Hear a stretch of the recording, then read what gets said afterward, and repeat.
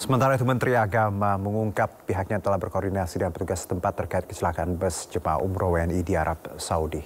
Menteri Agama juga menyebut 6 jemaah umroh yang meninggal rencananya akan dimakamkan di Arab Saudi.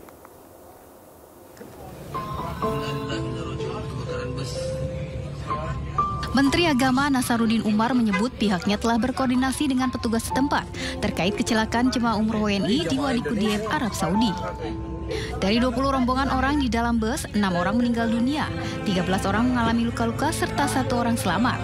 Jenazah yang telah teridentifikasi rencananya dimakamkan di Arab Saudi, sedangkan para korban lainnya mendapatkan perawatan di rumah sakit Arab Saudi. Ya, kami tadi sudah koordinasi dengan petugas kita di sana ya. Konja juga sudah tangan. Dia dari Madinah menuju ke Mekah. Kecelakaan di antara Mekah Madinah ya. Yang pasti tadi itu ada 6 orang meninggal, ada 13 orang luka, ya ada yang selamat juga. Mayatnya sedang di rumah sakit dan sudah ada koordinasi dengan keluarganya. Yang travel dari Bekasi. Informasi Kementerian Luar Negeri menyebutkan bus rombongan mengalami tabrakan yang menyebabkan bus terbalik dan terbakar saat perjalanan dari Madinah ke Mekah. Dari Jakarta, Esra Ambarita, Yudi Perdana, Dias Triawan, iNews melaporkan. Dari informasi lain, pemirsa, kantor redaksi media Masa Tempo kembali mendapat teror hewan mati setelah kiriman potongan kepala babi yang ditujukan kepada salah seorang jurnalisnya. Redaksi Tempo kembali dikirimi paket berisi bangkai tikus. Oke, itu di dalam itu.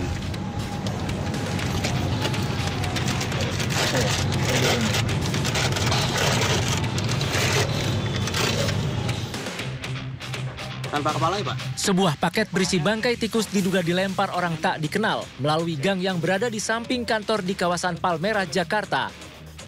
Paket teror ini pertama kali ditemukan petugas kebersihan yang mencurigai kotak berbungkus kertas kado bermotif mawar merah pada Sabtu pagi. Saat dibuka, di dalamnya terdapat 6 ekor tikus tanpa kepala. Menurut saksi, bungkusan ini dilempar orang tak dikenal sekitar pukul 2 dini hari. Hari ini kebetulan siang tadi datang tim dari Bareskrim yang memfollow up laporan kami pada kemarin ya, hari sebelumnya kami lapor ke Bareskrim untuk teror pengiriman kepala babi. Nah, hari ini tim Bareskrim datang dan sekalian aja kami sampaikan bahwa hari ini juga ada kiriman teror lagi, yaitu kardus berisi kepala tikus yang dipenggal kepalanya. Yang dari hasil penelusuran kami, paket itu dilemparkan dari samping gedung dan sudah kita lihat berdasarkan kamera pengaman di sini, barang dilemparkan pada pukul 2 dini hari. 2 dini hari sempat mengenai mobil yang ada di parkir di belakang. Buka langsung, Pak. Buka, Pak. Buka sih. Apa ya? Serem banget nggak sih, Bang? Sebelumnya pada 19 Maret lalu, kantor redaksi Tempo menerima paket teror berisi kepala babi tanpa telinga. Paket tersebut dikirim oleh kurir yang memakai atribut sebuah jasa pengiriman dan ditujukan kepada jurnalis Tempo Francisca Kristi Rosana atau Cica. Menanggapi teror yang diterima jurnalis Tempo, Kepala Kantor Komunikasi Kepresidenan Hasan Nasbi justru berceloteh agar kepala babi tersebut dimasak saja. Pengiriman Ini dinilai. Terus apa yang terjadi pas dikirim itu, apa yang terjadi? Ini semacam ancaman kepada para pers. Bebasan pers, Pak. Nah, udah dimasak aja. Kalau kepala babi Kan mau udah dimasak, dimasak aja. Ada juga anggapan jadi ancaman pembunuhan begitu, Pak? Gimana Pak responnya, Pak? Enggak lah, saya lihat dari media sosialnya Francisca, yang wartawan Tempo itu, dia justru minta dikirimin daging babi. Itu kan semacam jokes saja, Pak. Iya, sama, artinya dia nggak terancam kan? Buktinya dia bisa bercanda, kirimin daging babi dong katanya.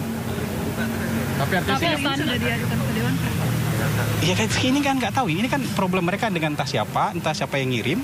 Buat saya nggak bisa kita tanggapi apa-apa ini. Problem mereka entah dengan siapa yang ngirim, apakah itu benaran seperti itu atau cuman jokes, karena saya lihat juga mereka menanggapinya dengan jokes. Teror yang diterima redaksi Tempo bisa mengancam kebebasan pers di Indonesia jika tidak mendapat perhatian serius dari pemerintah serta pihak berwajib. Tanpa kepala ya, Pak? Kepalanya dia dipotong tapi ada kepalanya Mas. Sementara itu, Komite Keselamatan Jurnalis Indonesia melaporkan teror kepala babi untuk jurnalis Tempo ke Barreskrim Polri. Teror itu dinilai sebagai pembunuhan simbolik bagi media dan jurnalis.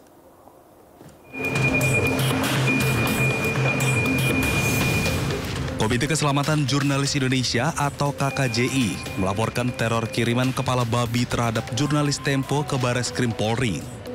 KKJI menilai teror kepala babi merupakan serangan dan pembunuhan simbolik bagi jurnalis dan media yang kritis merespon isu terkait kepentingan publik. Pengiriman paket kepala babi ke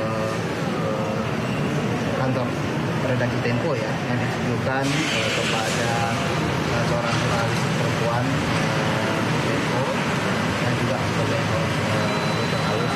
Nah, kita melihat setelah kita periksa bahwa pengiriman paket ini adalah kita mencurigai sebagai teror, sebagai simbol ancaman pembunuhan ya. Karena kepala babi ini dengan telinganya sudah dipotong begitu, dan tentu ini akan kita laporkan ke kepolisian agar kasus ini diungkap ya, siapapun itu pelaku. Sementara itu, Ikatan Jurnalis Televisi Indonesia atau IJTI mengecam keras aksi teror kepala babi yang ditujukan kepada redaksi Tempo. IJTI mendesak polisi segera bertindak untuk menangkap pelaku teror serta mengusut tuntas kasus ini. IJTI mengecam aksi teror dengan pengiriman kepala babi ke kantor redaksi Tempo. Ini adalah ancaman nyata terhadap keselamatan jurnalis, ancaman nyata terhadap kemerdekaan pers, dan juga ancaman nyata terhadap demokrasi. IJTI mendesak aparat kepolisian untuk mengusut tuntas dan menindak tegas pelaku teror tersebut. Pers tidak akan kalah oleh aksi-aksi teror seperti ini. Pers dan publik akan bersatu untuk menjaga bersama-sama kemerdekaan pers. Teror kepala babi dinilai bertentangan dengan Undang-Undang Pers yang menjamin kebebasan pers dari segala bentuk intimidasi dan kekerasan. Tim Liputan iNews melaporkan.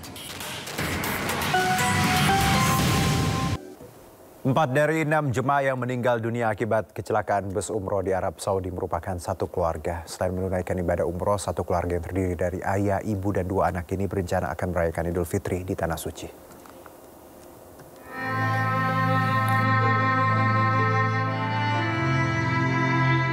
Kabar duka menyelimuti keluarga korban di Jalan Villa Pinus, Kelurahan Pudak Payung, Kecamatan Banyumanik, Kota Semarang.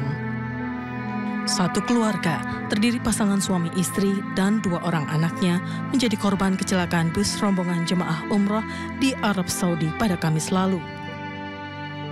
Kabar duka pertama kali diterima oleh kakak ipar korban dari Biro Travel maupun dari pihak Kedutaan Besar Republik Indonesia di Riyadh dengan memberikan kartu identitas para korban. Keluarga mengatakan tidak ada firasat apapun yang dirasakan kecuali dirinya mendapat lukisan dari keponakannya yang menjadi salah satu korban. Ya. Berangkatnya itu 3 hari sebelumnya. Rencana pulangnya? Rencana pulang, jadi rencananya itu mau Idul Fitri di sana sekali ya. Setelah Idul Fitri baru.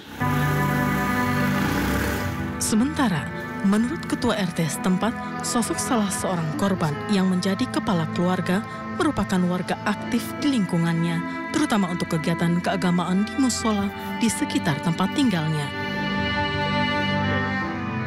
Jadi, Bapak Dawam ini pastinya adalah warga dari perumahan Villa Pinus. Pak Dawam ini sangat aktif dalam berkegiatan di area kami, sehingga beliau dari masa ke masa memang menjadi yang pertama pengurus RT, karena memang gercep ya, kalau merespon segala sesuatunya gercep, ya beliau sangat layak di pengurus. Kemudian beliau juga sangat aktif di dalam kegiatan keagamaan ya Pak ya. Seperti diketahui, bus rombongan umrah yang mengangkut warga negara Indonesia mengalami kecelakaan hingga terbakar di Wadi Kudait, Arab Saudi pada Kamis waktu setempat. Dari 6 korban meninggal, 4 merupakan satu keluarga Kota Semarang, Jawa Tengah, dan 2 lainnya warga Bojonegoro, Jawa Timur. Dari Semarang, Jawa Tengah, Kristiadi, tim iNews melaporkan.